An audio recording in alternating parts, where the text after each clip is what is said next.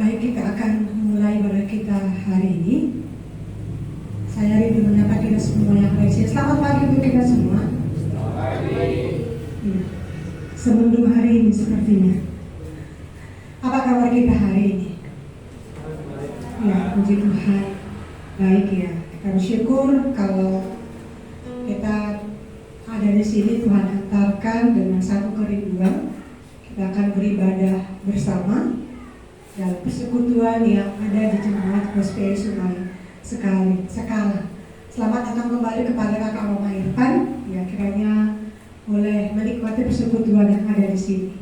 Ya, bersyukur juga kalau ada banyak kegiatan yang boleh kita kerjakan selama satu minggu ini. Ada terus mungkin semalam ya, ada retreat yang boleh kita kerjakan. Ya, bersyukur untuk setiap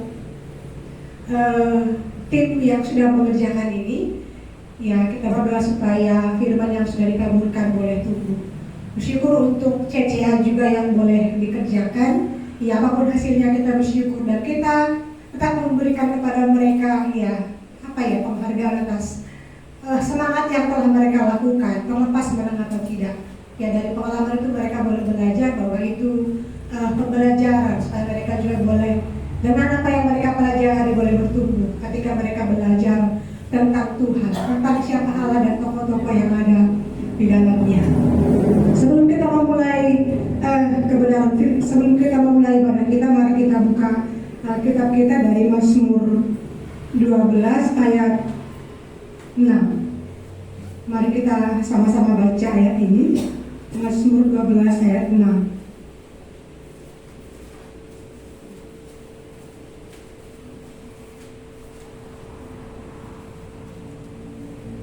Sudah dapat? Mazmur 12 ayat 6. Iya. Tetapi aku kepada kasih setiamu aku percaya. Hatiku bersorak-sorak karena penyelamatanmu. Aku mau menyanyi untuk Tuhan, karena Ia telah berbuat baik kepadaku. Mazmur 12 ayat 6. Oleh karena penindasan. 12, Mazmur 12. Iya, oleh karena penindasan. Kok jadi lain? Oh, salah. Mazmur 13 ayat 6. Salah. Mazmur 13 ayat 6. Ya, direvisi. 1, 2, 3 ya. Tetapi aku kepada kasih setiamu aku percaya. Hatiku bersorak-sorak karena penyelamatanmu. Aku mau menyanyi untuk Tuhan, karena Ia telah berbuat baik kepadaku. Ya, sekali lagi saya bacakan. Tetapi aku kepada kasih setiamu aku percaya. Hatiku bersorak-sorak karena penyelamatanmu. Aku mau menyanyi untuk Tuhan, karena Ia telah berbuat baik kepadaku. Minggu yang lalu kita belajar bahwa Tuhan itu baik bagi kita. Ada 3 poin yang sampaikan. Ya, Tuhan itu menyembuhkan kita. Tuhan itu peduli kepada apa yang kita rasakan. Tapi lebih daripada itu, Tuhan mengajari kita lewat pengajaran yang Tuhan sampaikan. Tapi hari ini kita akan menaikkan pujian. Kalau Tuhan itu baik bagiku. Kenapa? Karena Dia menyembuhkan aku. Kenapa? Karena Dia menyelesaikan dosaku. Kenapa Tuhan itu baik bagiku? Tuhan menyediakan hari esok. Tuhan menjamin masa depan yang baik bagi setiap orang yang percaya kepadanya. Mari kita naikkan pujian kita kepada Tuhan. Kita puji nama Tuhan dari buku lagu nomor 49. Allah itu baik. Anak-anak Allah Yesus namanya, menyembuhkan, menyucikan, bahkan mati, tebus dosa. 49. Anak Allah Yesus namanya. Dia menyucikanku, menebus dosaku, memberikan hari esok. Dan Dia selalu bersama dengan aku. 49. Boleh nyanyikan dengan bertepuk tangan.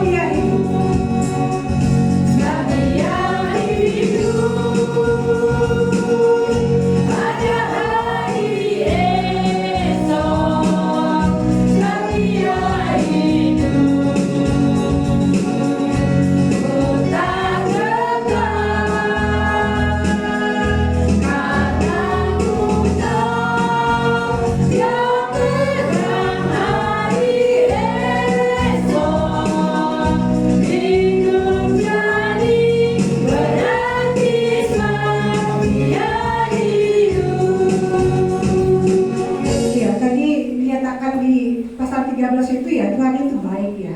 Sangat baik bagiku, sangat baik bagi kita, bahkan sangat baik bagi dunia ini. Dalam lagu ini ada beberapa hal, bukan menyucikan. Dia mati tebus dosaku. Dia memberikan hidup, dia memberikan masa depan, dia menyertai kita bahkan ketika kita sangat gentar, karena Tuhan selalu bersama dengan kita. Lebih daripada itu ada surga yang bahkan dunia ini tidak pernah lihat, tapi Tuhan janjikan dan jaminkan bagi setiap orang yang percaya. Kematian tidak bisa mengalahkan Tuhan. Kematian mematikan kematian, yaitu maut itu sendiri. Kita nyanyikan pujian yang sekali lagi. Anak Allah, Yesus namanya, menyelamatkan, menyembuhkan, membebaskan kita dari dosa.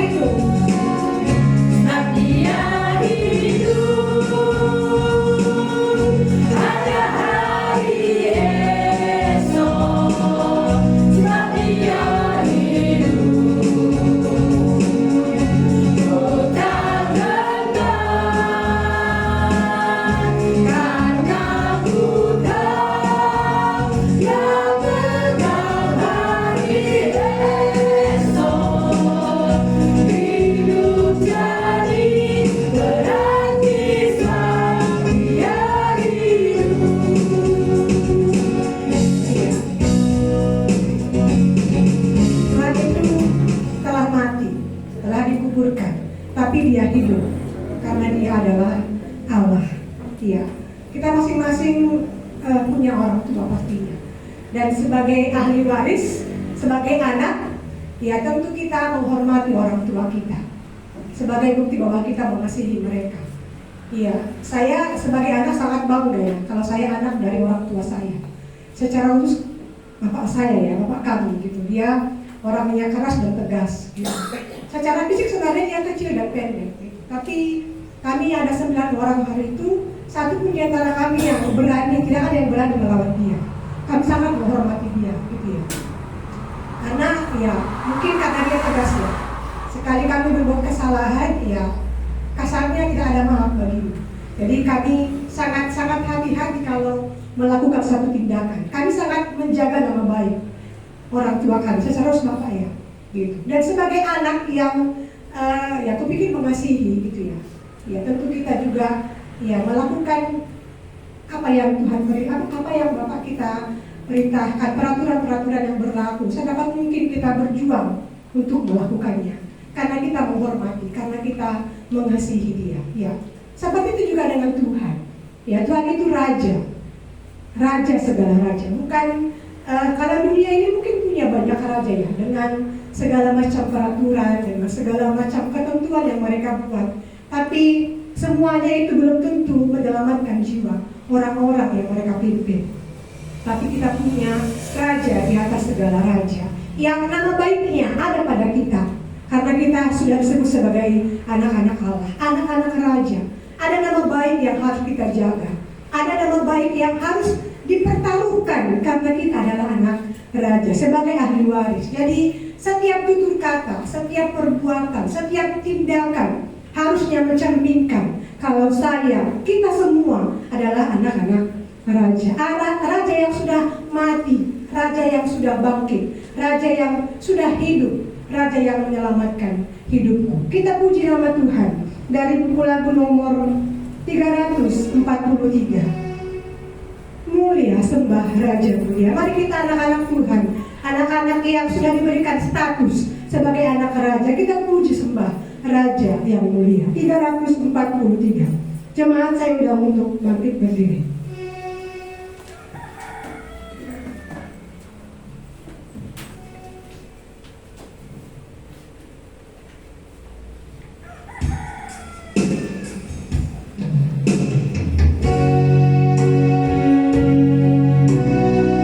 Berikan penghormatan kepada Allah yang mulia. Berikan penghormatan kepada Raja di atas segala raja. Allah yang telah mati, Tuhan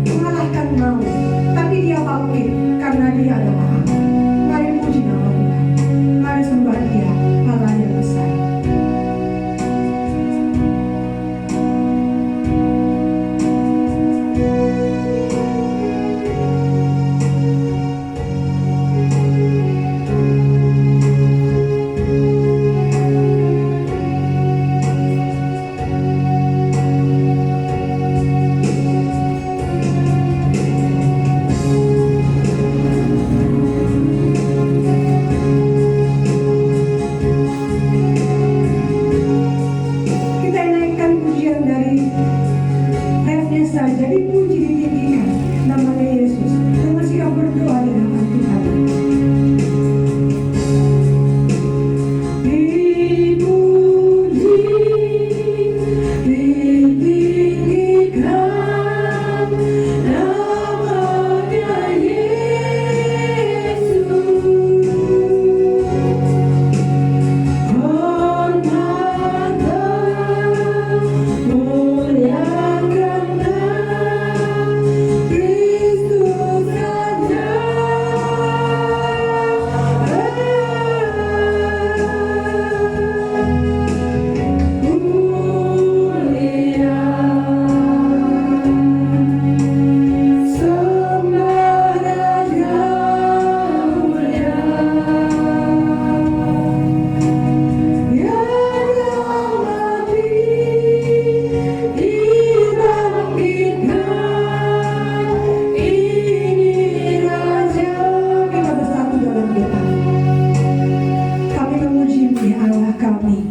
Karena kami mengingat perbuatan-Mu yang besar, kami menyembah-Mu, ya Raja kami, karena Engkau telah menyerahkan anak-Mu Yesus Kristus, menyelesaikan dosa dan pelanggaran kami. Kami kagum dengan cinta Tuhan yang tidak berkesudahan bagi kami. Meskipun sebenarnya kami tidak layak, kami orang-orang yang harusnya dihukum, dibinasakan, tapi Tuhan mencintai kami. Tuhan mengatakan kalau kami berharga di mata-Mu. Tuhan, terima kasih kalau Tuhan dengan rela naik ke kayu salib ini menggantikan kami. Tuhan, kami bersyukur punya Allah seperti Engkau. Kami bersyukur kalau Tuhan selamatkan kami. Kami bersyukur kalau Tuhan tidak lagi mengingat pelanggaran dan dosa-dosa kami yang begitu banyak dan besar itu. Terpujilah nama-Mu. Tuhan, kami bersyukur saat ini kalau secara bersama kami boleh berkumpul di hadapan Tuhan, menaikkan setiap pujian, penyembahan, ucapan syukur kami kepada Allah yang Maha Tinggi. Dan kami secara bersama juga akan diberkati oleh kebenaran firman Tuhan. Kau yang menolong hamba-Mu, yang akan memperkatakan firman-Mu. Ketika Tuhan sudah berbicara bagi dia, biarlah dia juga boleh menyampaikan berkat dari Tuhan, sehingga kami boleh sama-sama diberkati oleh Tuhan. Setiap kami yang melayani Tuhan, yang mengambil bagian dalam pelayanan hari ini, kuduskan kami, supaya kami boleh mempermuliakan Tuhan dengan apa yang telah Tuhan percayakan bagi masing-masing kami. Setiap jemaat yang Tuhan hantarkan ke Allah yang melawat kami, supaya tidak ada di antara kami yang Tuhan lewatkan. Berbicaralah bagi kami ya Tuhan, supaya kami sama-sama diberkati. Kami bersuka cita, ada ucapan syukur, ada sorak-sorai, ada berkat yang kami dapatkan ketika kami secara bersama beribadah di tempat ini. Anak-anak sekolah minggu, anak kecil, anak tengah, bahkan nanti akan ada PA pemuda dan remaja.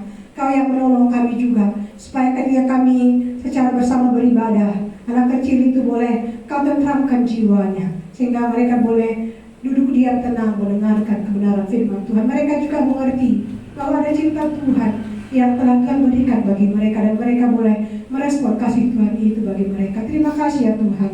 Kami mau serahkan seluruh ibadah kami ini kepada Allah, dan kiranya Tuhan berkenan untuk pujian penyembahan kami. Dalam nama Tuhan Yesus Kristus kami berdoa dan bersyukur kepada-Mu. Amin. Jemaat dipersilakan untuk duduk kembali. Ya, kita akan sampai ke ruang kesaksian.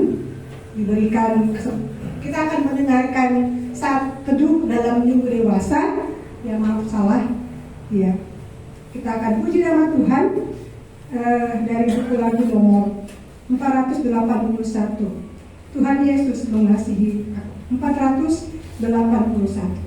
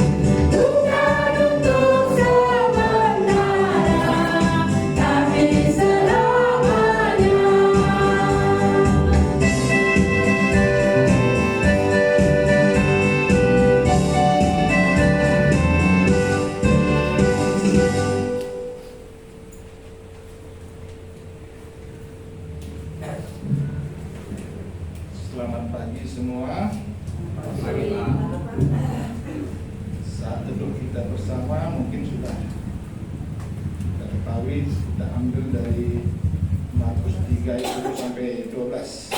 Sebelumnya kita berdoa terlebih dahulu. Mengucap syukur kami kepadamu ya Allah kami, Allah yang telah mati di kayu salib dan dibangkitkan, Allah yang telah menebus dosa kami orang-orang percaya. Tuhan, dari tempat ini kami bersyukur ya Tuhan, Tuhan telah mengumpulkan kami. Dan sebentar lagi ya Tuhan, kami akan membaca firman Tuhan lewat saat teduh bersama. Tuhan, Tuhan yang mengajari kami, Tuhan yang memberi hati kepada kami supaya kami bisa melihat, mendengar firman Tuhan, supaya kami juga lebih mengenal apa maksud Tuhan, apa tujuan Tuhan dalam hidup kami masing-masing, yang bisa kami lakukan untuk menyenangkan hati Tuhan. Terima kasih Tuhan untuk hamba-Mu juga yang membacakan, memberitakan firman Tuhan yang memberkatinya. Terima kasih Tuhan Yesus, amin. Satu bersama kita ambil dari Markus 3 ayat 7 sampai 12. Markus 3 ayat 7 sampai 12. Dari sekian mungkin ada yang bawa Alkitab ya, bukan Alkitab apa namanya, elektronik.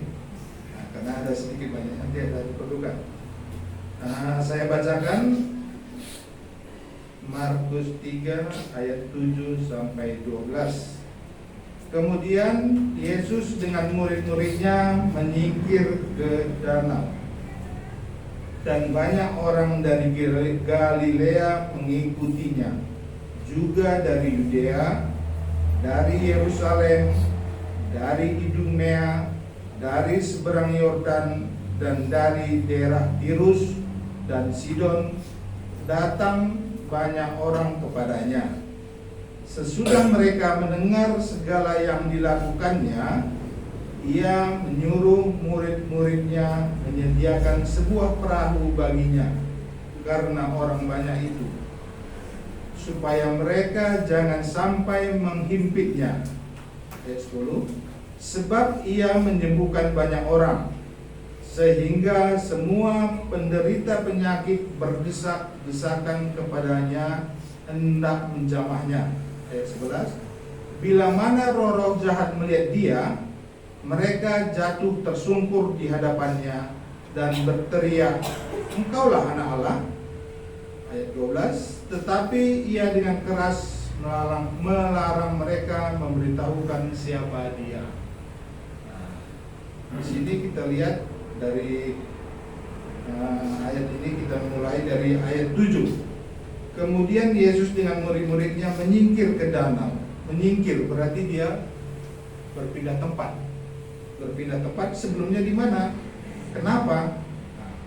Di perikop di atasnya kita lihat Yesus menyembuhkan orang pada hari Sabat. Nah, dalam kejadian yang itu kan kita sudah mengetahui bahwa banyak orang-orang Farisi tidak senang melihat Yesus. Nah, di ayat 6-nya kita baca coba. Lalu keluarlah orang-orang Farisi dan segera bersekongkol dengan orang-orang Herodian untuk membunuh Yesus. Karena inilah maka Tuhan Yesus dan murid-muridnya menyingkir ke danau. Ya memang tidak semua persoalan itu kita harus elakkan, ada yang harus kita hadapi. Tapi ini belum waktunya bagi Yesus. Nah, coba kita lihat di Alkitab kita, peta yang di belakang itu ada ya. Siapa yang punya Alkitab? Peta yang di belakang yang judulnya Zaman Tuhan Yesus. Nah, Palestina pada zaman Tuhan Yesus. Di situ coba kita lihat dari kota-kota yang disebutkannya biar kita mengerti. Kemudian Yesus dengan murid-muridnya menyingkir ke danau. Danau mana? Danau Galilea kan? Dan banyak orang dari Galilea. Galilea berarti di daerah danau itu sendiri mengikutinya. Juga dari Yudea. Yudea letaknya di sebelah selatan Danau Galilea. Dari Yerusalem kota di daerah Yudea ya. Sudah kita lihat. dan dari Idumea. Idumea itu di sebelah selatannya lagi Yudea, tambah jauh berarti, sebelah bawah. Nah, dari seberang sungai Yordan, nah, di bawah Danau Galilea itu ada sungai Yordan ya, berarti seberangnya, berarti sebelah timur, sebelah kanan, ya. Dan dari daerah Tirus, Tirus itu di atasnya, di utaranya Danau Galilea, sebelah kiri itu tepi laut. Nah, dan Sidon di utaranya lagi. Nah, jauh sekali itu ya, di atas, di utaranya Galilea. Nah, datang banyak orang-orang kepadanya. Nah, berarti udah viral lah kalau masa berita sekarang ini ya, apa yang telah dilakukan Tuhan Yesus. Nah, sesudah mereka mendengar, mereka ini berarti Tuhan Yesus dan murid-muridnya, segala orang-orang yang kita lihat tadi daerah-daerahnya tadi, sesudah mereka mendengar segala yang dilakukan Tuhan Yesus bersama murid-muridnya. Nah, Tuhan Yesus menyuruh murid-muridnya untuk Tuhan Yesus menyingkir karena yang mau dibunuh oleh orang Farisi. Nah, kemudian karena sudah viralnya apa yang dilakukan Tuhan Yesus itu dengan murid-murid, banyak orang datang mencari dia. Nah, lalu Tuhan Yesus ke Danau Galilea. Nah, di sini coba kita lihat siapa-siapa saja yang mencari Tuhan Yesus, yang datang menemui yang dari beberapa kota atau daerah yang kita lihat tadi. Untuk mencari Tuhan Yesus, kita lihat ya, 1 di ayat 10, sebab ia menjembuhkan orang banyak.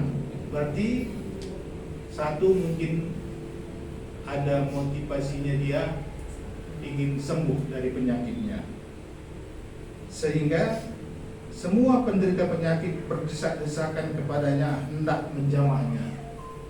Satu. Yang kedua, bila mana roh jahat melihat dia, mereka jatuh tersungkur di hadapannya dan berteriak, "Engkaulah anak Allah." Itu ayat yang 11. Saya bacakan ya.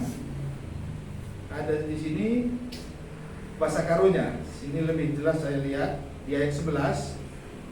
Bagi adilit kalak si setanen ngidah Yesus minter iare.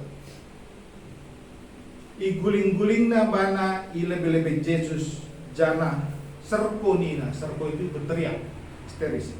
Kamkap anak di bata. Nah, berarti kan ada beberapa alasan orang-orang mencari Yesus. Nah, kita tahu Yesus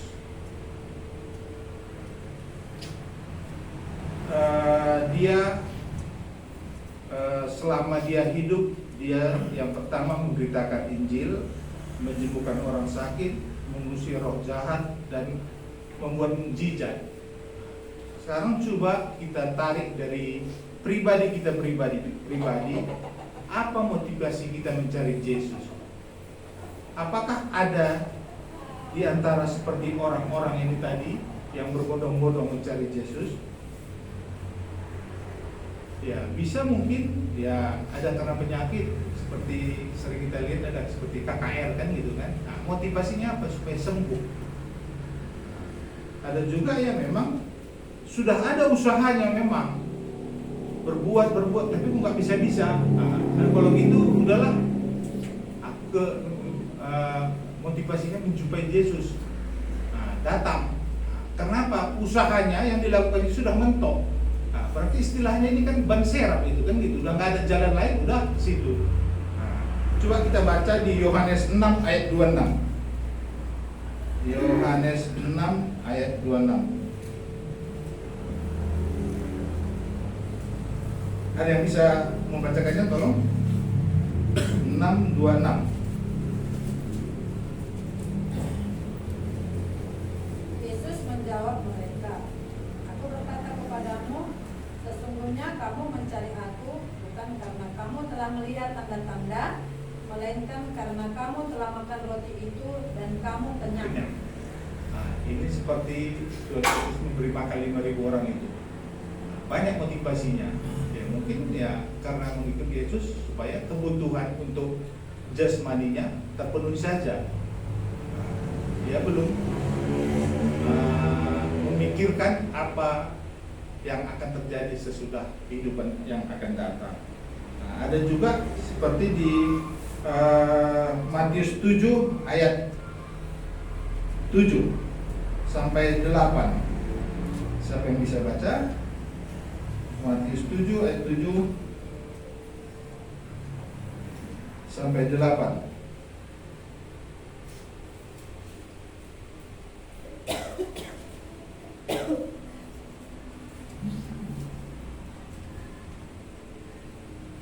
Ada? Kalau enggak saya sendiri ya. Matius 7 ayat 7 sampai 8. Mintalah maka akan diberikan kepadamu. Carilah maka kamu akan mendapat. Ketoklah maka pintu akan dibukakan bagimu.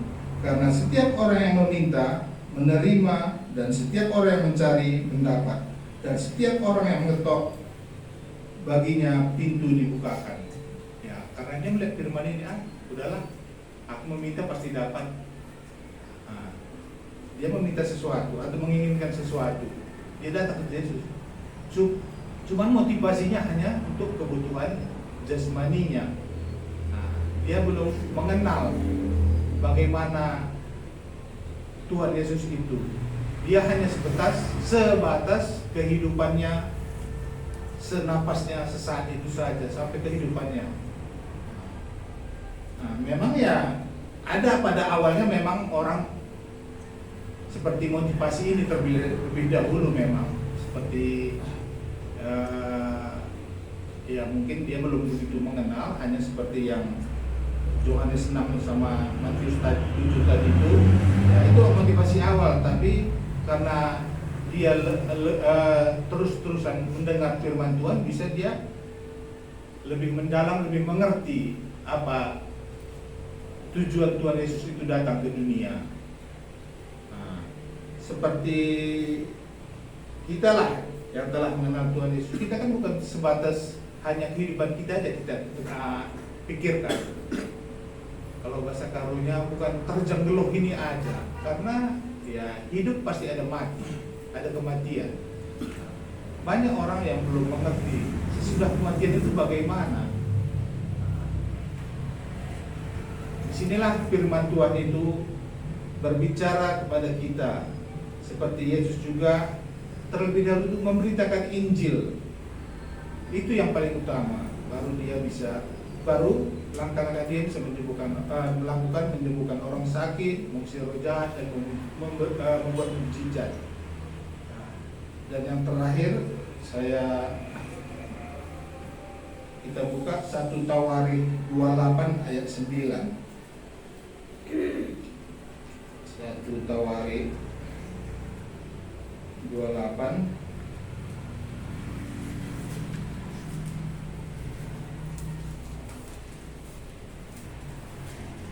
ayat 29. Ayo siapa kalau bisa pemuda lah atau pemudi. 1 Tawarik 28 ayat 9.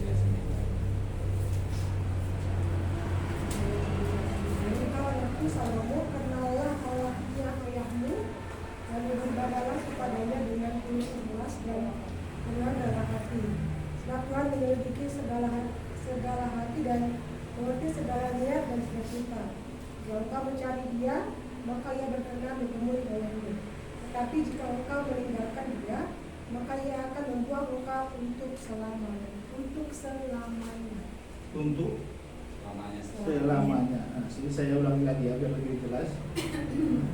Dan engkau anakku Salomo, kenallah Allahnya ayahmu dan beribadahlah kepadanya dengan tulus ikhlas dan dengan rela hati, sebab Tuhan menyelidiki segala hati dan mengerti segala niat dan cita-cita. Jika engkau mencari Dia, maka ia berkenan ditemui olehmu. Tetapi jika engkau meninggalkan dia, maka ia akan membuang engkau untuk selamanya. Nah, Tuhan tidak memaksa, dia memberi pilihan kepada kita. Bukan kita menarik, Tuhan itu menarik kita dipaksa. Tuhan memberi pilihan dari hati kita masing-masing. Apa motivasi kita mencari Tuhan? Ya, apa motivasi kita beribadah? Apa motivasi kita ke gereja? Mungkin ya kayak seperti saya dulu masih pemuda. Ya, mungkin karena teman-teman ke gereja kan itu satu. Ya, mungkin ya nanti ya maaf cakap kalau umpamanya kita nggak ke gereja, nggak terdaftar, kalau kita nanti dipanggil Tuhan, siapa pula yang meliturgikan, kan gitu juga kan. Nah, banyak juga motivasi seperti itu. Nah, ya itu tadilah bagaimana hati kita untuk bisa mengenal Tuhan, mencari Tuhan Yesus tadi. Ya, seperti Salomo bilang tadi, seperti Daud tadi kan, Tuhan Yesus itu memberi pilihan, tidak memaksa. Terus kita teruskan yang Markus 3 tadi. Markus 3 tadi ayat ke-9. Ia menyuruh murid-muridnya menyediakan sebuah perahu baginya karena orang banyak itu, supaya mereka jangan sampai menghimpitnya. Di sini Tuhan Yesus itu dia terlebih dahulu memberitakan firman. Dia melakukan bagaimana supaya yang di Injilinya lah kita bilang itu lebih tenang dulu. Nah, dia aturkannya tempatnya supaya bagus, baru dia memberitakan firman. Nah, karena sebab ia menyuruh murid-muridnya menjadikan sebuah perahu baginya karena orang banyak itu, supaya mereka jangan sampai menghimpitnya. Nah, seperti kita pun yang sudah mengenal Tuhan tadi, ya jika kita memberitakan firman, ya kita pun lihatlah bagaimana orang-orang yang datang itu, bagaimana orang itu bisa mendengar firman Tuhan dengan tenang kalau memang ya satu mungkin tempatnya tidak pas ya, berdesak-desakan. Memang itulah Tuhan Yesus tadi, dia mengerti apa yang harus dilakukannya supaya orang-orang bisa mendengar firman Tuhan. Ya, itulah untuk saat teduh bersama kita ini yang bisa saya bagikan untuk kita berdoa. Terima kasih ya Tuhan atas firman yang telah kami dengar, firman yang telah kami baca. Tuhan Yesus, Engkaulah yang mengerti hati kami setiap orang. Tuhan, Engkau juga yang mengajari kami supaya kami bisa mengenal Engkau dari firman yang kami dengar dan kami baca. Tuhan, tolong Tuhan, Engkau memberkati firman yang telah kami dengar dan kami baca ini, supaya dari firman yang kami baca ini tadi kami bisa lebih mengerti dan mengenal Tuhan dalam hidup kami. Terima kasih Tuhan Yesus, amin.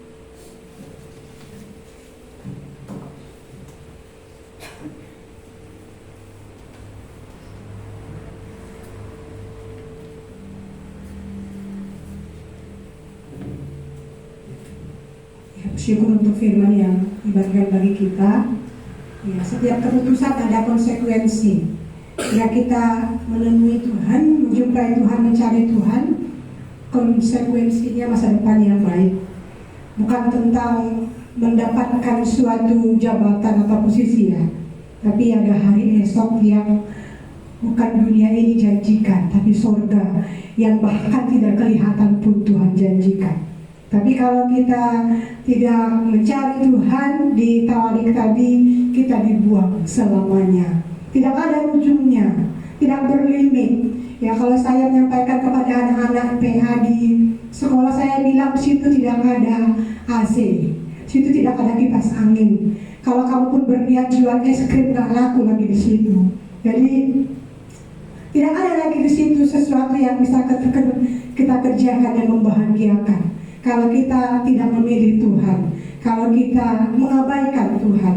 Tapi ketika kita datang memilih dan memutuskan Dia sebagai Tuhan dan Juru Selamat, sekali lagi ada hari esok yang telah Tuhan sediakan bagi orang-orang yang percaya. Ada jaminan keselamatan yang dunia ini tidak bisa lakukan. Hanya Dia satu-satunya, Allah yang bisa menjamin dan menyelamatkan hidup kita. Kita akan sampai ke ruang kesaksian pada lembar warta ini ada anak Kristi, tapi kepada kita juga akan diberikan kesempatan karena kita punya banyak waktu.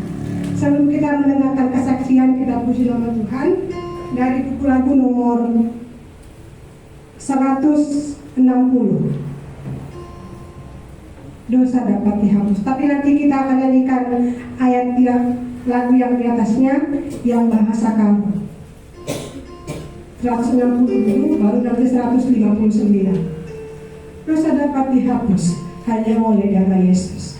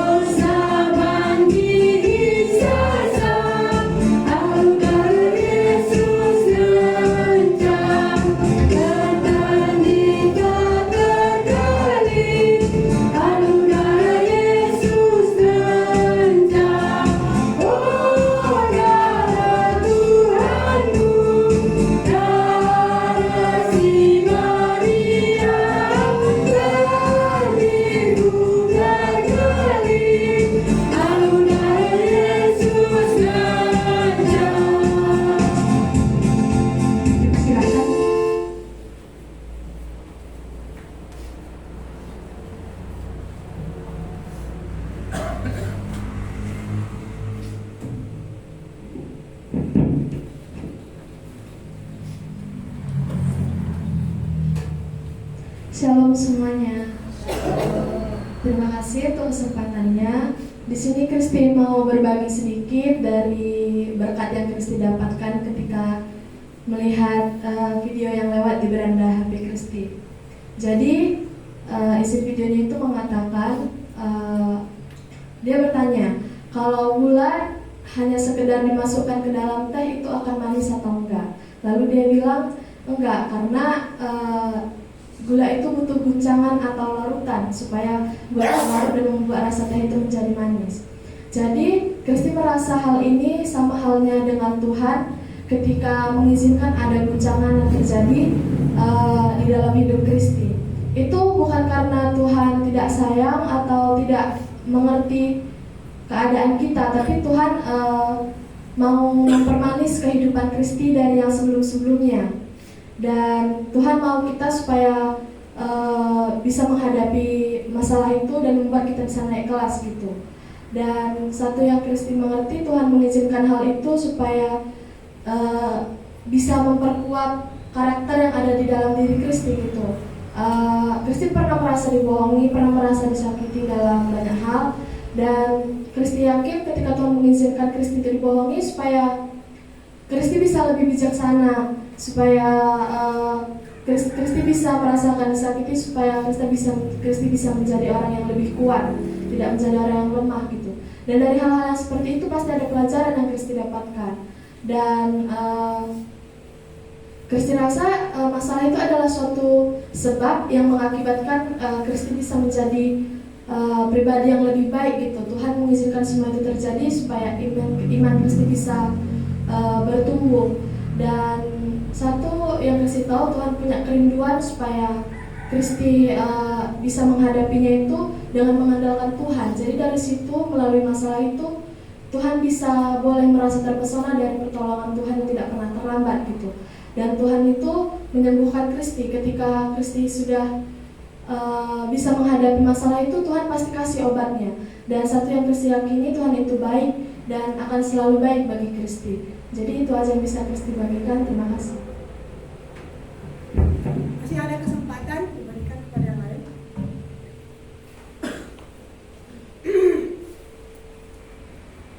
Ya, terima kasih ya untuk waktunya. Saya mau berbagi dari apa yang dikerjakan semalam gitu ya. Semalam kita dipercayakan oleh Sekolah Kejayaan untuk melayani anak-anak di dalam firman, di dalam kelas gitu. Sebenarnya dulu kita sudah melakukan pelayanan ke sana. Setiap hari Sabtu kita tim dari sini untuk melayani ke sana gitu. Tapi dulu itu saya melihat seperti ini ya.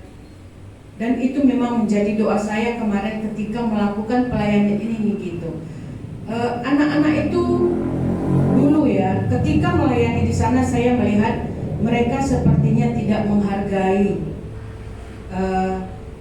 firman gitu. Tapi kita datang, kita memberitakan firman, banyak di antara mereka yang acuh gitu dengan apa yang diberitakan.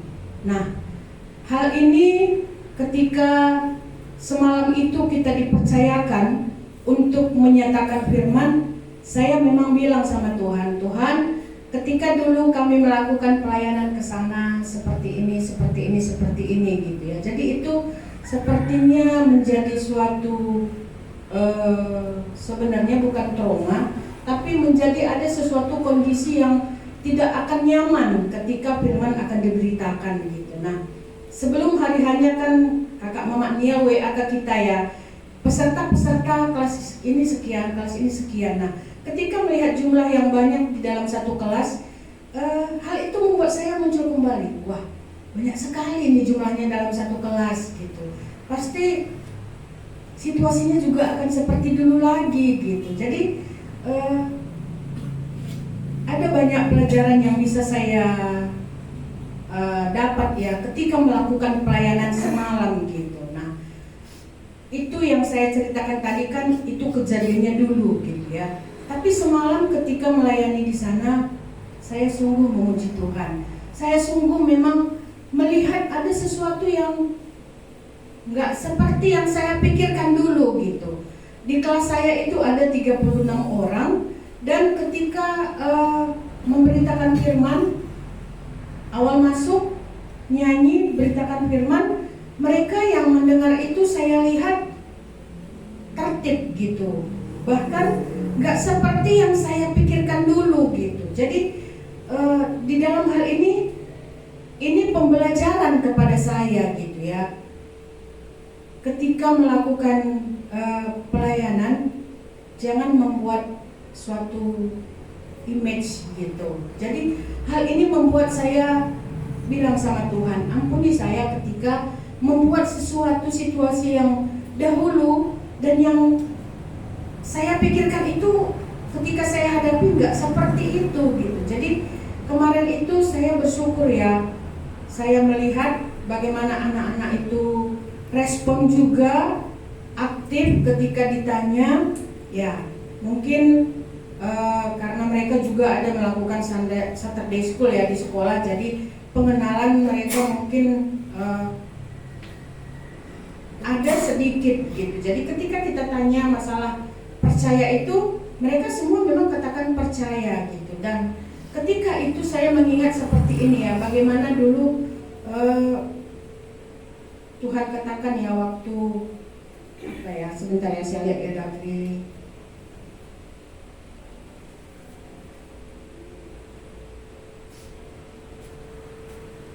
Matius 9 ayat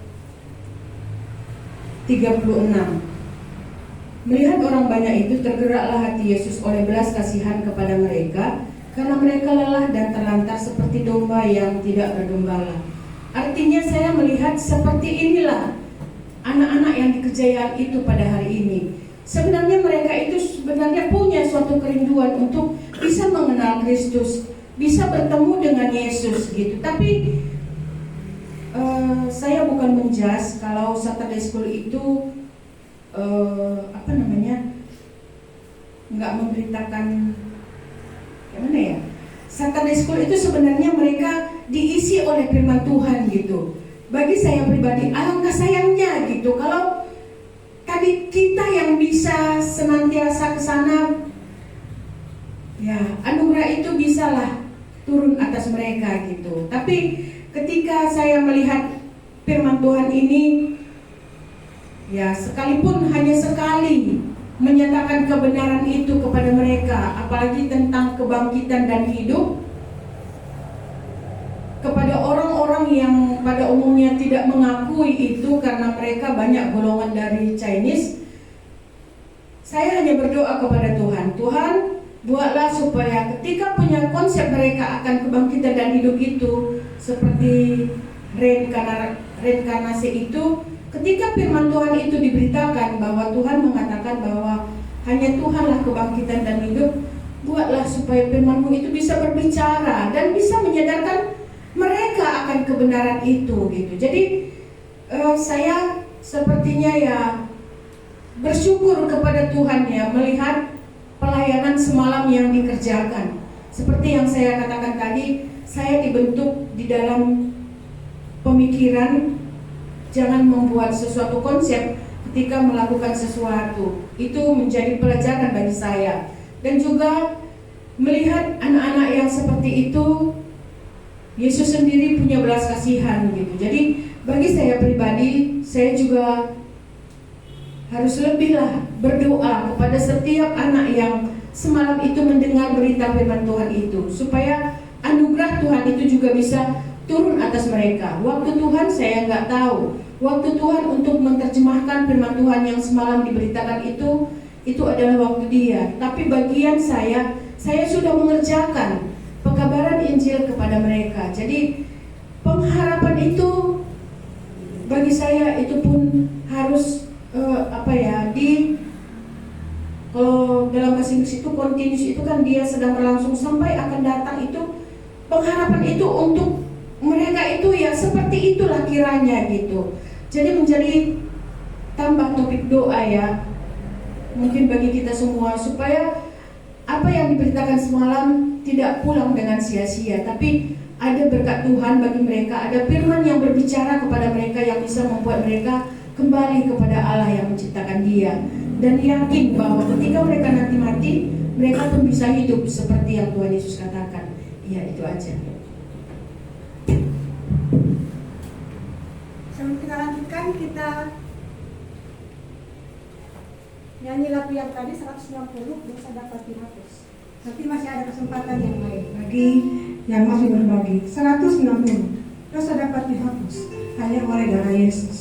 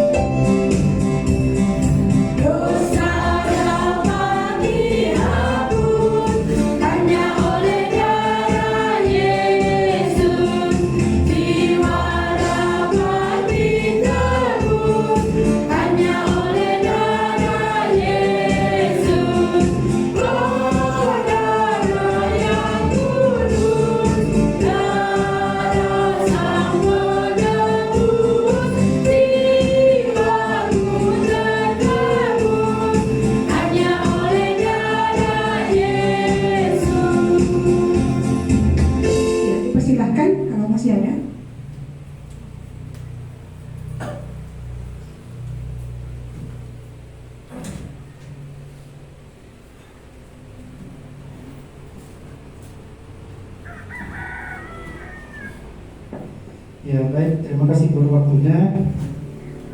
Setelah sekian lama saya tidak bersaksi. Ya, ada dua hal yang mau saya sampaikan di sini.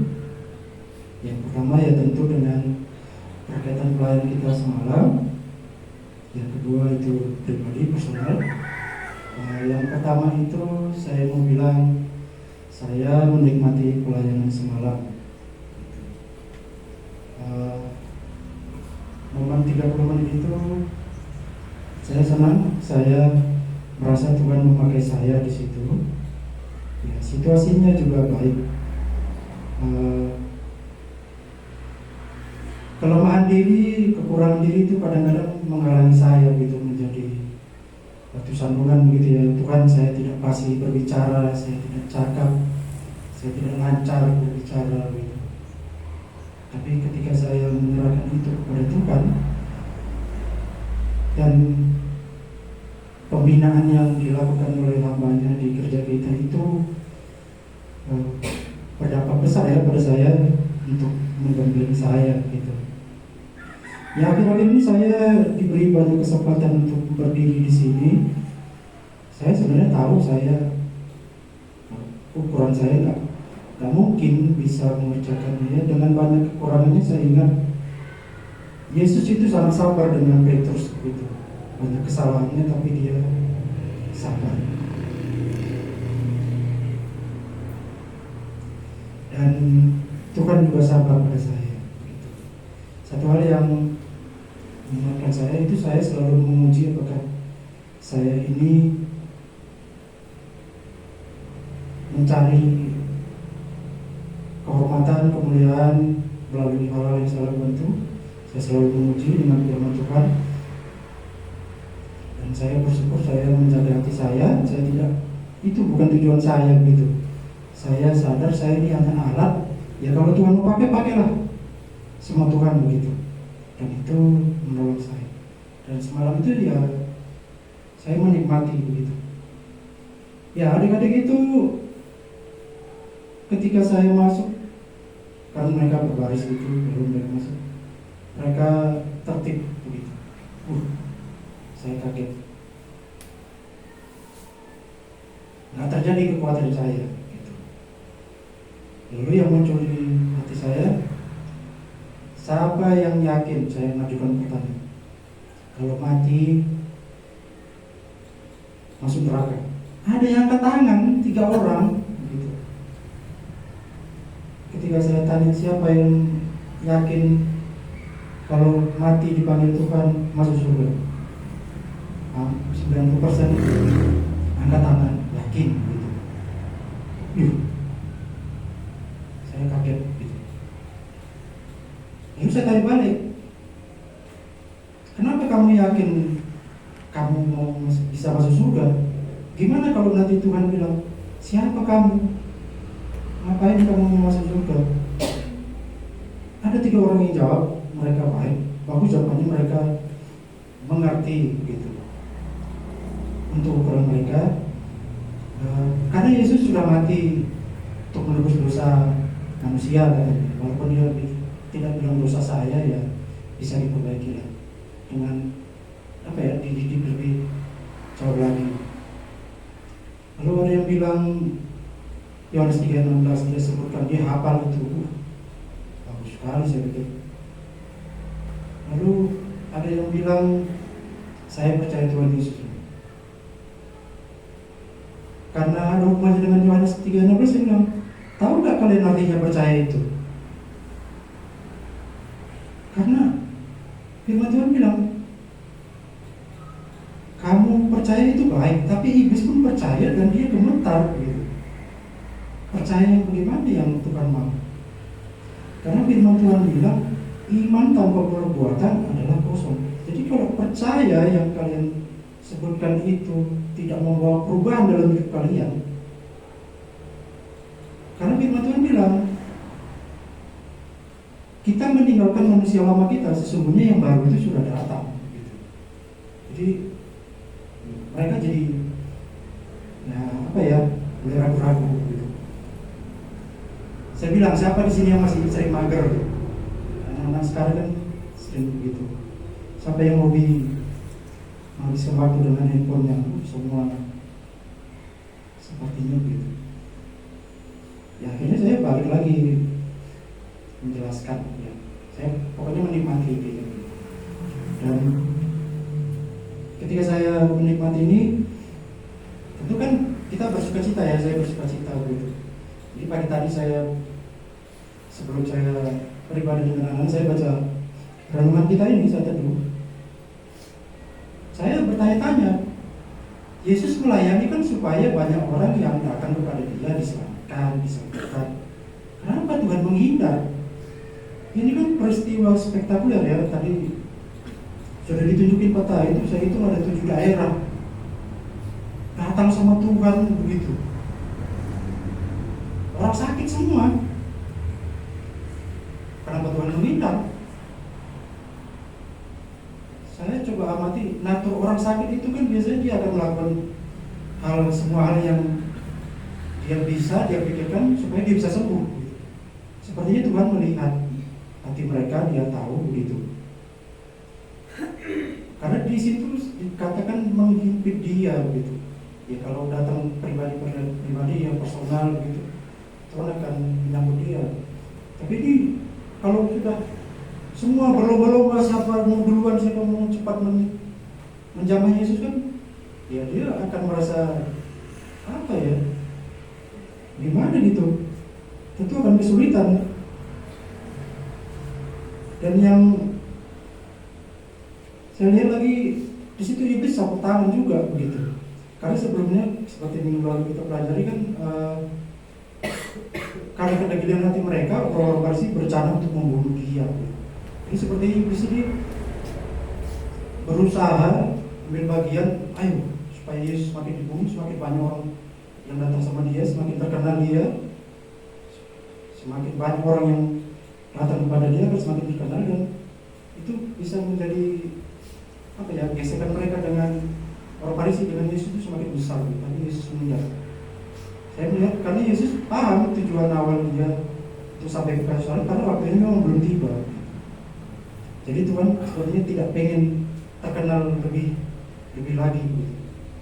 Ya ini saya merefleksikan diri saya, apakah saya pengen terkenal dalam hal ini? Ya, ini menjadi renungan bagi saya secara pribadi ya, untuk belajar dari teladan yang Tuhan kerjakan. Ya, sekalipun tidak ada mujizat yang saya kerjakan, tapi saya melihat teladan yang Tuhan berikan, bukan diri saya yang seharusnya saya tonjolkan. Ya kalau saya bersuka cita, ya saya bersyukur Tuhan memberi itu, dan kalau Tuhan memakai saya, ya saya bersyukur, saya menikmati pelayanan itu. Dan yang kedua, ketika saya ibadah dengan anak-anak, ada kejadian yang unik. Ya, saya menjelaskan firman Tuhan, si Abel sepertinya apa ya, dengan kebiasaan anak-anak ya, kalau dibangunkan pagi merasa berat begitu ya, wajahnya sedih. Kita belajar firman Tuhan, saya jelaskan, rupanya saya punya salah sama dia, dan itu mengganggu hati dia.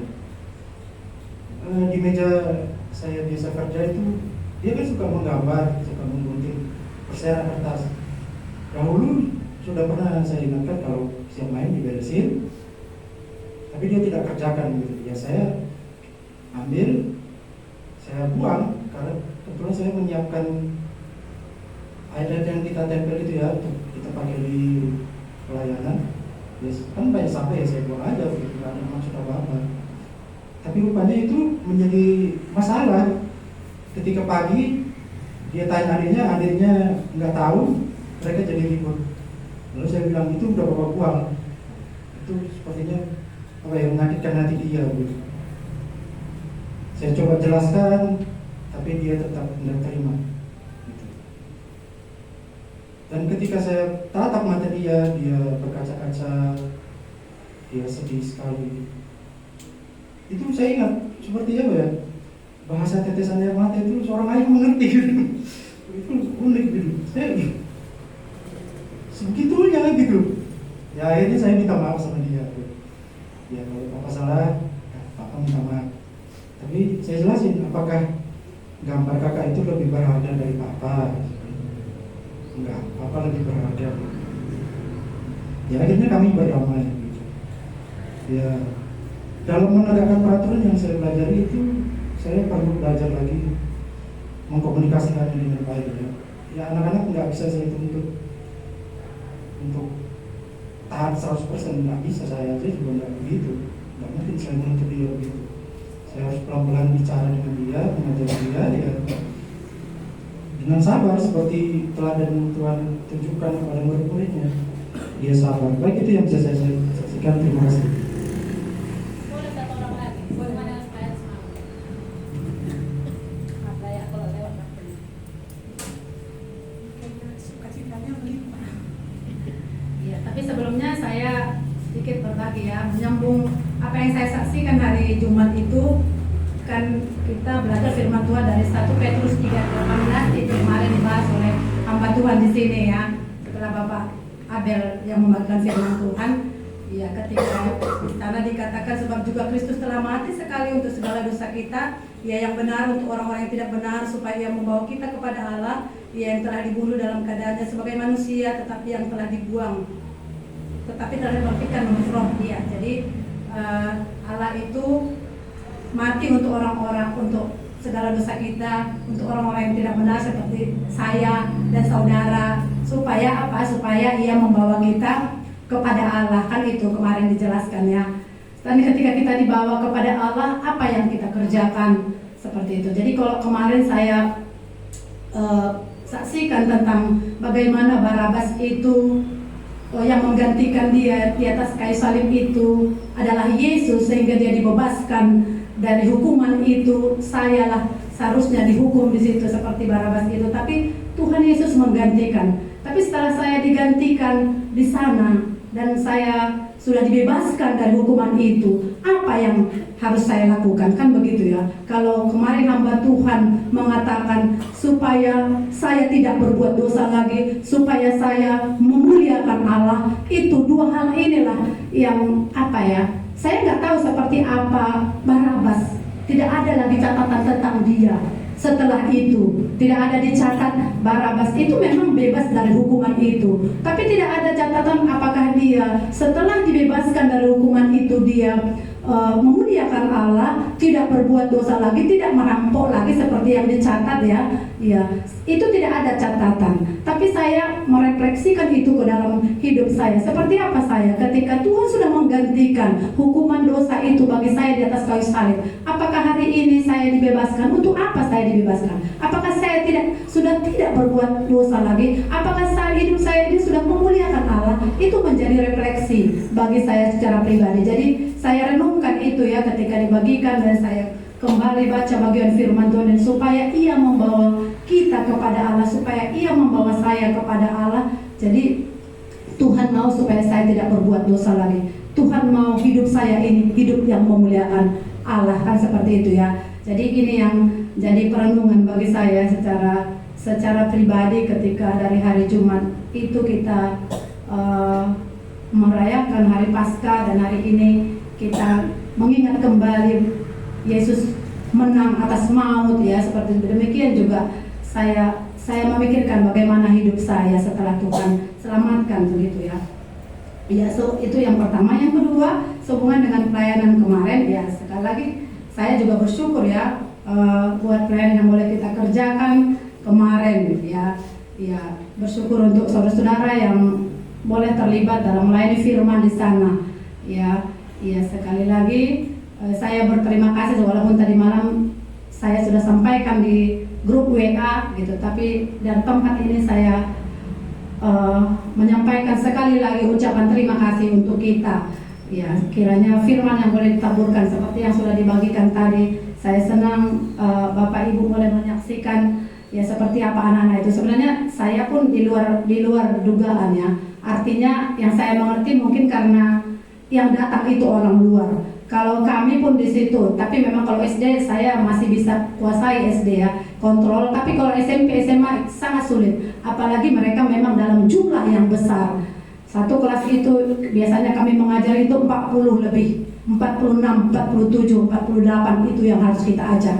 begitu. Tapi ya bersyukur kemarin kalau ada 30 sekian anak yang dilayani ya, dan mereka boleh tertib, boleh tenang. Ya ini satu hal yang ya kita syukuri ya begitu. Dan kalau saya pikirkan tadi begini, mungkinkah karena ini pembicara dari luar, saya berpikir juga sekali seperti itu. Tapi ya Tuhanlah juga yang membuat mereka juga bisa tenang. Saya ya bisa juga berpikir seperti itu. Jadi ya kita doakanlah terus ya sekolah itu ya seperti yang tadi ya. Ya kalau saya memang di sana jujur terbatas, ya saya tidak bisa banyak mengharapkan menuntut guru-guru. Ya saya sering setiap hari kami kan ada ibadah begitu. Sedikit saya cerita. Sebenarnya apa yang kita sampaikan setiap hari itu ada firman renungan 5 menit itu ada dibagikan begitu ya. Ya saya nggak tahu seperti apa juga guru-guru menggumulinya itu. Dan ibadah Saturday School itu apa ya? Ya saya juga tidak tahu seperti apa juga guru-guru mempersiapkan diri untuk itu ya. Karena kadang bahan pun dikirim sudah hari Jumat atau Kamis malam. Iya saya guru-guru ada dari pagi sampai sore di sekolah gitu. Jadi ya saya nggak menjas, bisa-bisa mereka juga tidak baca ya. Sekali lagi dari tempat ini saya bukan menjas mereka, tapi saya memang selalu katakan saya berharap kita semua sudah baca bagian firman Tuhan sebelum kita sampaikan kepada anak-anak.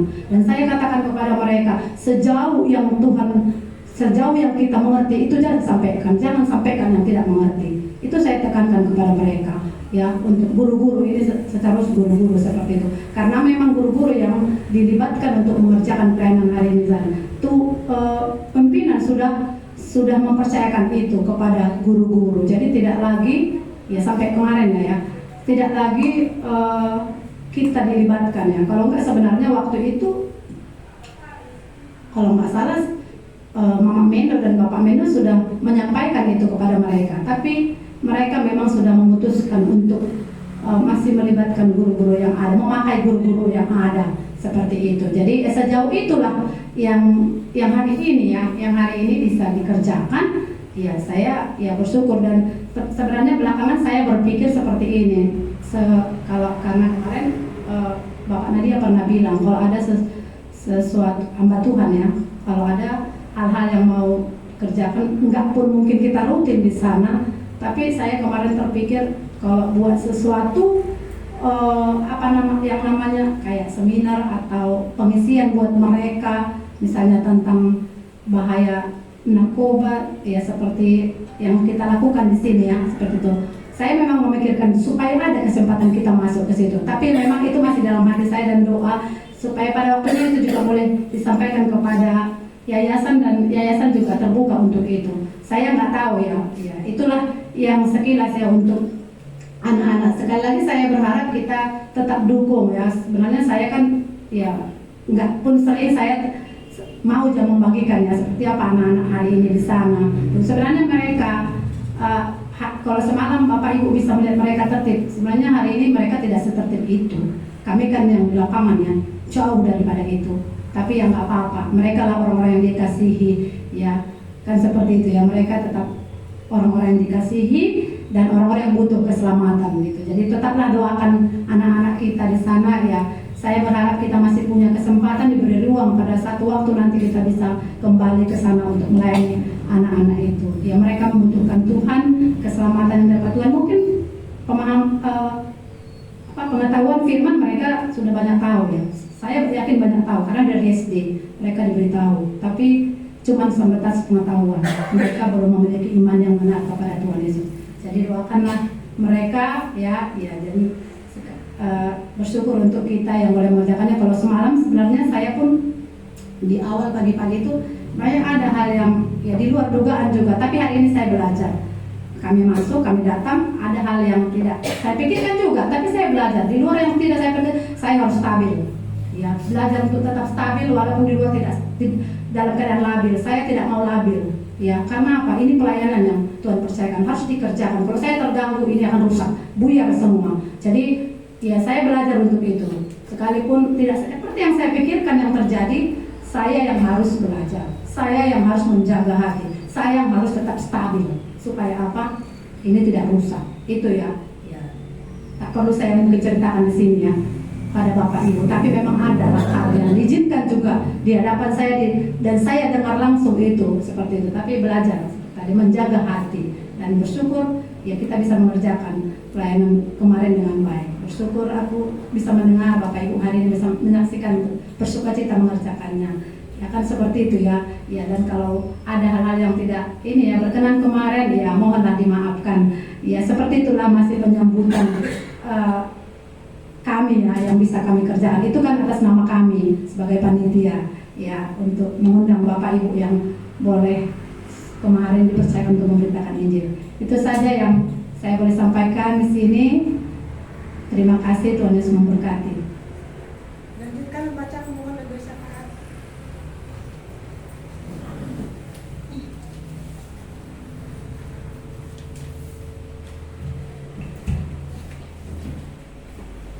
Baik, saya akan bacakan pengumuman dan topik kita hari ini yang poin A, kegiatan dan doa Jumat Minggu ini. Hari Minggu jam 8.30 ibadah pengembalaan dewasa dan anak. Nanti jam 11 ada persekutuan pemuda remaja. Lalu hari Selasa jam 3 sore ada rumah belajar. Hari Rabu jam 7 malam ada persekutuan doa pemuritan. Lalu jam 8 malam ada persekutuan training pelayan. Hari Kamis jam 3 sore ada mentoring. Hari Jumat jam 3 sore ada rumah belajar.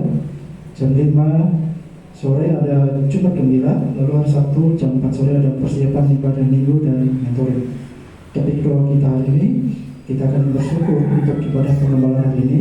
Yang kedua, kita akan berdoa untuk persiapan pasca penginjilan Posseskala hari Minggu tanggal 16. Kita akan berdoa misi sosial kesehatan yang kita lakukan bersama tanggal 17 April untuk masyarakat sekitar Pos. Kita akan berdoa untuk pembinaan guru sekolah minggu, Jumat Gembira dan rumah belajar di Posseskala. Kita akan berdoa untuk pasca anak di Posseskala tanggal 28 April.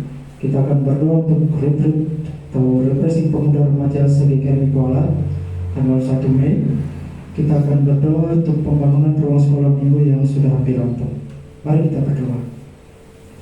Kepada-Mu ya Allah, Tuhan Yesus kami bersyukur kepada Tuhan oleh karena panjang sabar Tuhan terhadap kami, oleh karena kasih Tuhan yang besar kepada kami, oleh karena Tuhan hadir di gereja Tuhan hari ini, berbicara banyak hal kepada kami, menginsapkan, menguatkan, menguduskan kami supaya lebih lagi dipakai oleh Tuhan.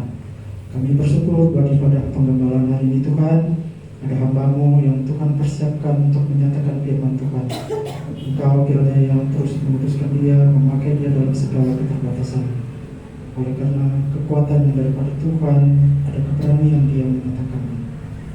Dan kami yang mendengar, kami berdoa Roh-Mu yang kudus yang berbicara kepada kami ketika kami bersama-sama belajar dan merenungkan perkataan Tuhan.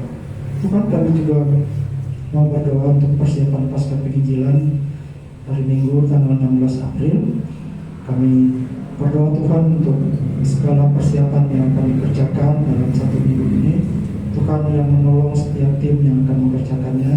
Ada yang menyampaikan firman, kami mengingat Mama Nadia yang akan melayani, ada MC, ada pemain musik, ada yang berdoa syafaat, ada yang menangani anak-anak, ada yang menangani konsumsi, ada yang mengundang. Tuhan, tim ini pakailah sekehendak Tuhan. Kami mengerjakannya dengan sukacita yang daripada Tuhan, supaya kabar baik Injil yang benar itu, Injil yang sungguh-sungguh berasal daripada Tuhan, dinyatakan di rumah Tuhan ini dan didengarkan oleh orang-orang yang Tuhan mau panggil, oleh orang-orang yang Tuhan mau selamatkan. Kami berdoa Tuhan buat ibadah pasca penginjilan ini supaya apa yang mau Tuhan kerjakan boleh jadi, dan ini memberkati kami semua, baik yang mengerjakannya maupun yang dilayani. Tuhan, kami juga mau berdoa untuk misi sosial kesehatan yang akan dikerjakan. Kami bersyukur buat persiapan yang sudah dikerjakan. Tuhan, kami tinggal mengeksekusinya. Tuhan yang menolong saudara-saudara kami yang mengerjakan yang Tuhan percayakan, ada Mama Igo, ada Ayu, ada Mama Yusi, Tuhan yang menolong mereka supaya hati, pikiran, tubuh mereka persembahkan untuk dipakai oleh Tuhan melalui pelayanan ini. Dan kami berdoa dengan sungguh-sungguh Tuhan untuk orang-orang yang sudah kami data, Tuhan yang memberkati mereka. Materi yang jumlahnya tidak besar, tapi mereka tidak menilai itu, kami berdoa mereka melihat kasih Tuhan yang begitu besar kepada mereka. Di tengah keadaan zaman, ada harapan mereka lihat di dalam terang cahaya Tuhan. Kami berdoa Tuhan untuk misi sosial kesehatan ini, baik pelayanan kesehatan maupun pelayanan yang akan dikerjakan untuk mendukung pelayanan ini. Tuhan, kami juga mau berdoa untuk pembinaan guru sekolah minggu, juga gembira dan rumah belajar di Pos Skala tanggal 21 April. Tuhan yang menolong juga kalau tim yang mengerjakan pelayanan ini membutuhkan pembinaan, diperlengkapi, dipenuhi oleh hikmat pengetahuan yang dari Tuhan, supaya kami melakukan pelayanan dengan benar, berkomunikasi dengan benar, mengerjakan pelayanan dengan benar. Tuhanlah yang membina kami semua. Apa yang kamu menjadi saluran berkat untuk para guru sekolah minggu, tim Jumat Gembira dan rumah belajar, supaya pelayanan ini, pelayanan anak-anak tidak terabaikan. Bukankah Tuhan mengasihi anak-anak dan membiarkan mereka untuk datang kepada Tuhan? Tuhan, oleh karena kami rindu mengerjakan pelayanan ini, supaya anak-anak ini diperkenalkan Injil yang benar, mereka mengenal Allah yang benar, dan mereka diubahkan dan diselamatkan dari cara hidup yang dunia ini tawarkan, cara hidup yang membinasakan mereka. Tuhan, kami juga mau berdoa untuk Paskah Anak di Pos Skala yang akan diadakan tanggal 28 April. Kami berdoa Tuhan untuk tim yang akan mempersiapkan bersama-sama pelayanan Paskah Anak. Tuhan yang menolong mereka juga menolong kami semua agar kami bisa sehati sepikir menyiapkan, mengerjakannya, mempersembahkan yang terbaik, dan anak-anak yang akan dibina melalui Paskah ini, Tuhan juga yang melalui mereka masing-masing. Berkati setiap firman yang mereka dengar, berkati setiap sesi acara yang akan mereka lalui. Buatlah mereka menikmati kehadiran Tuhan dalam Paskah ini Tuhan, supaya mereka mengerti ada Tuhan yang mengasihi mereka. Tuhan, kami juga mau berdoa untuk retreat dan refreshing pemuda remaja se-GKMI Kuala yang akan dikerjakan 1 Mei. Tuhan, kami juga berdoa untuk para pemuda-pemudi kami supaya melalui acara retreat dan refreshing ini mereka kembali dibaharui, disegarkan kembali iman mereka kepada Tuhan, dan mereka semakin bertumbuh di dalam Tuhan, dan mereka mengerti untuk apa Tuhan memanggil mereka sejak mereka masih muda, dan mereka menyediakan hati tubuhnya untuk dipakai oleh Tuhan. Kami juga berdoa untuk yang melayani mereka, Tuhan juga yang memakai dia sepenuhnya. Tuhan, kami juga mau bersyukur untuk pembangunan ruang sekolah minggu yang sudah hampir rampung. Tuhan, kami bersyukur buat kecukupan dana, kami bersyukur buat cuaca yang baik, kami bersyukur buat tukang dan energi yang mengerjakan, yang menolong tangan untuk membangun. Kami berdoa untuk mereka, Tuhan, yang kiranya memberkati mereka, memberi mereka kesehatan yang baik, dan mereka bersukacita mengerjakannya. Dan kami berdoa kalau boleh sampai juga keselamatan itu kepada mereka. Ini doa kami Tuhan, kami akan meneruskan kepada kami berdoa sekali lagi untuk membangun Tuhan yang memakai dia, dan kami yang mendengar, yang dilayani, Tuhan yang memberkati kami juga. Dalam nama Tuhan Yesus kami berdoa dan bersyukur. Amin.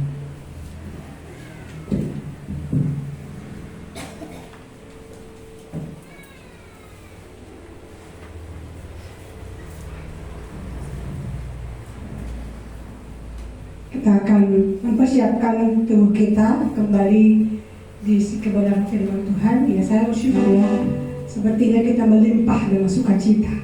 Semua menyampaikan betapa bersyukurnya, memuji Tuhan. Jadi yang saya simpulkan dalam hati, supaya bersukacita melayanilah, kerjakanlah pelayanan yang Tuhan percayakan, supaya melimpah dengan ucapan syukur, melimpah dengan damai sejahtera. Kita akan dengarkan firman Tuhan yang kedua. Sebelumnya kita puji nama Tuhan dari buku lagu 448, tercurah darah Tuhanku untuk menebus hidup kita. 448. Setelah pujian ini saya serahkan kembali kepada Abang Bapak Theo.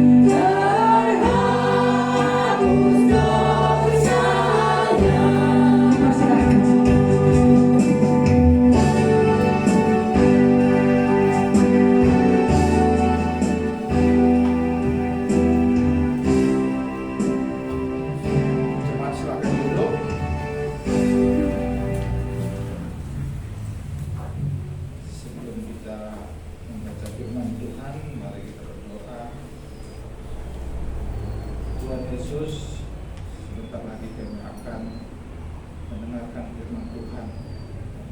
Tolong Tuhan, Tuhan yang berbicara kepada kami dari firman Tuhan yang disampaikan kami. Tuhan yang menyegarkan hati pikiran kami supaya kami bisa menerima firman yang kami dengar. Untuk hamba-Mu, Tuhan yang memberi hikmat untuk berkata-kata, dan kami juga berdoa ya Tuhan menjauhkan segala yang merusak dan yang tidak mau mengizinkan kami untuk mendengarkan firman Tuhan. Dalam nama Yesus kami tolak semua kuasa-kuasa yang menghambat, yang merusak hubungan kami dalam mendengarkan firman Tuhan. Terima kasih Tuhan Yesus, amin. Untuk khotbah kita minggu ini, kita ambil dari Roma 3 ayat 23 sampai 25. Di warta kita, Yesus berkuasa atas dosa yang pertama. Mungkin kita sudah pernah, mungkin semua lah ya, yang di sini sudah pernah membaca kitab Kejadian ya, dari mana Allah itu menciptakan langit dan bumi, dan Di Kejadian 2 itu, Kejadian 2 ya, Allah menciptakan manusia ya. Sebelum Allah menciptakan manusia, Allah itu menyediakan dulu apa yang dibutuhkan manusia itu ya, begitu ya, di Kejadian 1 sampai ayat 2 itu ya. Dia menyediakan makanannya, apa yang diperlukan disediakannya. Dan Allah juga mengerti manusia itu seperti Adam yang pertama kali. Tuhan mengerti Adam itu pun membutuhkan teman. Tuhan menjadikan teman hidupnya Hawa.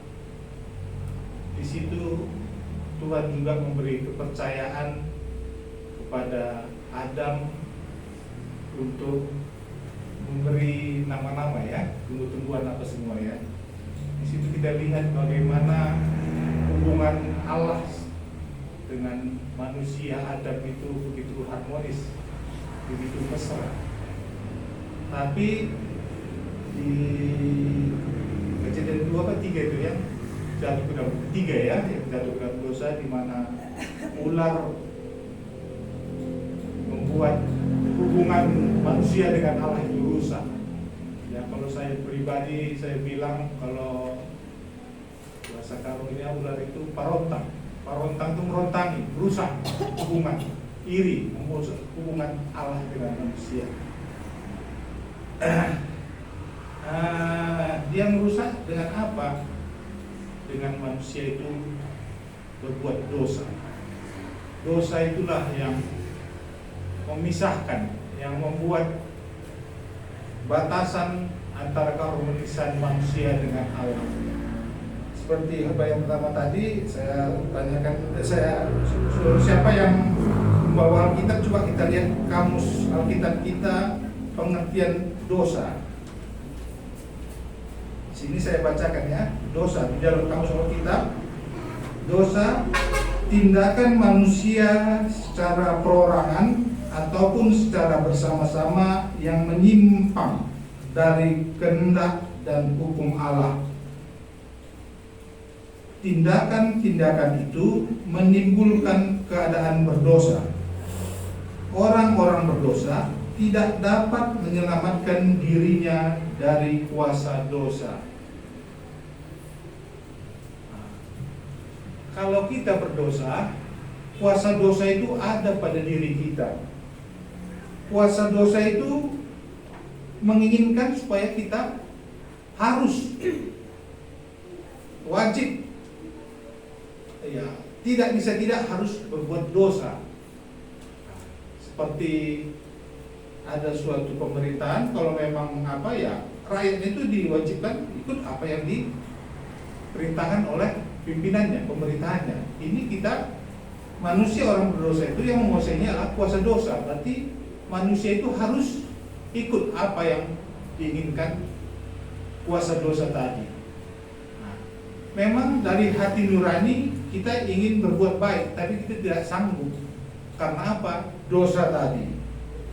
Nah, pada awalnya tadi kita lihat bagaimana keharmonisan mesranya hubungan Allah dengan manusia. Nah, Allah itu sungguh-sungguh sangat baik. Tapi karena dosa, hubungan kita sudah hilang dengan kemuliaan Allah. Karena dosa lah itu pemisah dengan Allah. Karena dosa itu yang dilakukan Hawa. Dosa adalah tindakan manusia yang menyimpang atau ketidaktaatan. Nah, karena di seluruh Allah itu supaya manusia tidak memakan buah itu ya. Tapi dia tidak taat, menyimpang dari apa yang dibilang, apa yang dikatakan Allah. Nah, kuasa dosa tadi terus menerus menguasai manusia yang berdosa. Untuk penembusan dosa tadi, oh ini kita dulu kita baca dulu Roma 3 tadi biar kita mengerti. Roma 3 ayat 23 sampai 25. Saya bacakan. Karena semua orang telah berbuat dosa dan telah kehilangan kemuliaan Allah, dan oleh kasih karunia telah dibenarkan dengan cuma-cuma karena penebusan dalam Kristus Yesus. Ayat yang ke-25, Kristus Yesus telah ditentukan Allah menjadi jalan pendamaian karena iman dalam darahnya. Hal ini dibuatnya untuk menunjukkan keadilannya, karena ia telah membiarkan dosa-dosa yang telah terjadi dahulu pada masa kesabarannya. Seperti tadi yang dosa tadi kita lihat tadi seperti kamus tadi adalah tindakan manusia. Tindakan itu menimbulkan tindakan manusia yang tidak taatan. Tindakan itu menimbulkan keadaan manusia itu berdosa.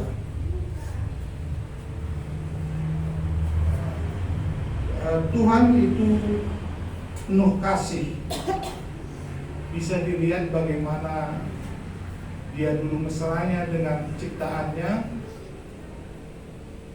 Dia berkeinginan supaya ciptaannya itu balik kepada Dia. Tapi yang memisahkan itu seperti kita lihat tadi adalah dosa. Tapi di ayat 25 ini kita lihat Kristus Yesus telah ditentukan. Bagaimana Allah ingin kembali kemesraan Allah dengan manusia itu, dengan kasihnya itu, dengan kesabarannya itu, Dia menentukan apa? Kristus Yesus untuk menjadi jalan pendamaian. Kristus Yesus yang dipilih Allah menjadi penyelamat supaya baik hubungan manusia tadi dengan Allah tadi. Ayat 28 ini, dan oleh karena kasih karunia. Kasih karunia telah dibenarkan dengan cuma-cuma karena penebusan dalam Kristus Yesus. Sama seperti barang yang sudah digadaikan, tergadai, itu kan barang kesayangan kita supaya digadaikan, kita kan harus menebus. Harus menebus barang yang kita kita harus perlu penebusnya. Kalau mungkin barang ya mungkin kita bayar dengan uang. Tapi ini Allah karena sayangnya dia melakukan penebusan manusia itu dari dosa dengan anaknya Kristus Yesus tadi sudah ditentukan dari awal. Yang melakukan penebusan itu siapa? Yesus Kristus sebagai sudah ditebus, itu sebagai penebus. Seperti barang tadi kita sudah ditebus, sudah kita tebus, bisa kita ambil. Sudah kita ambil, itu kan bukannya kita biarkan begitu saja. Itu sudah kita tebus, pasti harus kita selamatkan. Karena selama ini sudah milik orang. Kita tebus, kita diselamatkan. Penyelamat itu tadilah bagaimana Kristus itu mati di kayu salib. Hanya itulah cuma jalan satu-satunya. Dan yang diselamatkan itu apa? Manusia. Diselamatkan manusia. Manusia itu diselamatkan dari apa? Dari dosa, kematian, hidup kekal. Karena Tuhan tidak mau ada dosa di manusia itu. Dengan cara Dia mengorbankan anaknya Yesus Kristus itu sebagai penebus, supaya manusia yang sayanginya tadi, seperti di Kejadian bagaimana dia keharmonisan itu, Dia mengorbankan anaknya supaya manusia yang dikasihnya tadi bisa kembali sama Dia dengan cara apa? Anaknya yang tunggal tadi mati di kayu salib.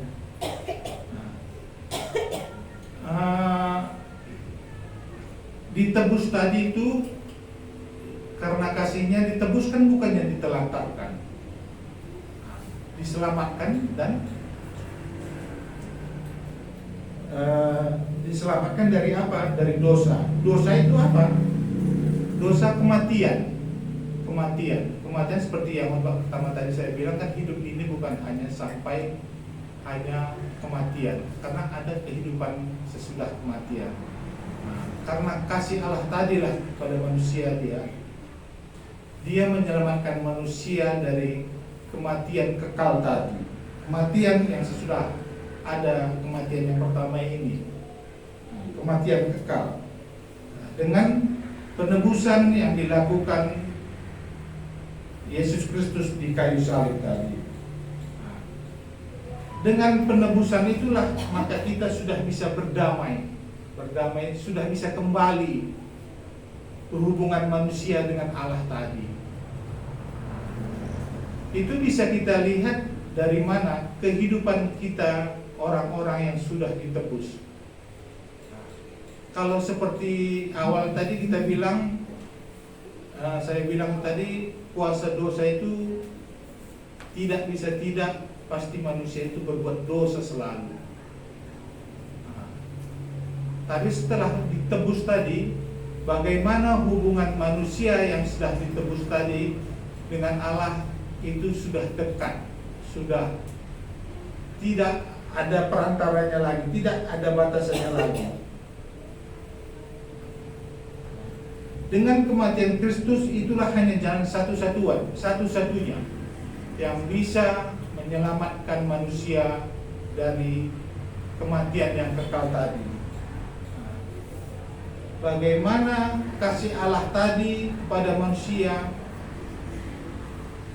Karena kasih Allah tadi kepada manusia, dia mau mengorbankan anaknya di kayu salib. Kita melihat bagaimana harga kita di hadapan Allah tadi ya. Kita ini bukan barang, kalau seperti sekarang dibilang barang kaleng-kaleng. Allah itu memang, saya baca kemarin kejadian itu memang ya sungguh baik ya, sangat baik memang. Dia ya, saya tidak tahu dia mana yang segambar katanya dia. Mungkin segambar dengan Allah. Dengan kematian Yesus Kristus itu kita dibebaskan dari kuasa dosa tadi.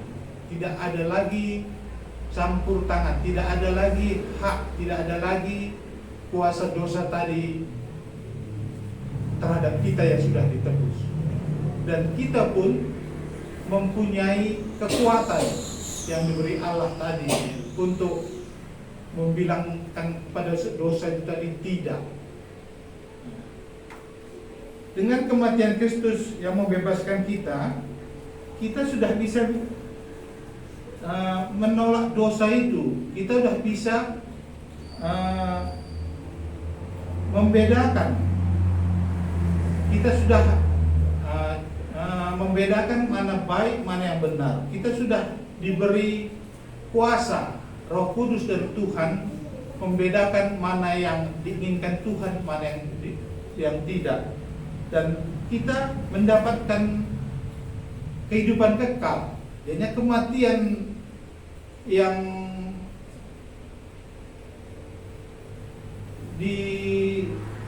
dari kematian yang kekal tadi, kita sudah ditebus untuk mendapatkan kehidupan yang kekal tadi. Dan kita pun diberi kuasa untuk mengusir iblis, setan dari kehidupan kita. Itulah bagaimana kasih Tuhan tadi kepada kita. Bukan hanya ditebus, sudah seperti barang tebus simpan sudah, tidak. Dia membuat kita benar. Dia membuat kita selamat. Dari kasihnya tadilah kita tidak ada keterikatan lagi kepada dosa. Tapi secara memang manusia pernah kita jatuh ke dalam dosa. Tapi kita punya perantara. Kita baca dulu 1 Yohanes 2 ayat 1 sampai 2 ya. 1 Yohanes 2 ayat 1-2 saya baca. Anak-anakku, hal ini kutuliskan kepada kamu supaya kamu jangan berbuat dosa. Anak-anakku katanya. Berarti kan bagaimana keharmonisan kita setelah ditebus tadi dari iblis tadi ya. Allah mengatakan, anak-anakku, hal ini kutuliskan kepada kamu supaya kamu jangan berbuat dosa. Namun jika seorang berbuat dosa, kita mempunyai seorang pengantara pada Bapa, yaitu Yesus Kristus yang adil. Dan ia adalah pendamai untuk segala dosa kita. Dan bukan untuk dosa kita saja, tapi juga untuk dosa seluruh dunia. Kalau di ayat 2 ini, bahasa karunya saya bacakan. Ia nanggung hukuman ta, arkiteken dosa-dosa anta mandibata. Gelah kita iperdamaikan ras dibata. Jangan labo dosa anta saja, tapi pe dosa-dosa kerina manusia. Berarti bukan kita saja, siapa saja yang memang percaya atas kematian Yesus di kayu salib itu, dia akan diselamatkan dan dosa-dosanya tidak diperhitungkan. Dari penebusan kita itu, kita diselamatkan, kita diberi kebebasan. Bagi orang percaya, dia akan diberi kebebasan. Seperti kita pun yang telah diselamatkan, kita diberi kebebasan untuk melayani Allah lagi.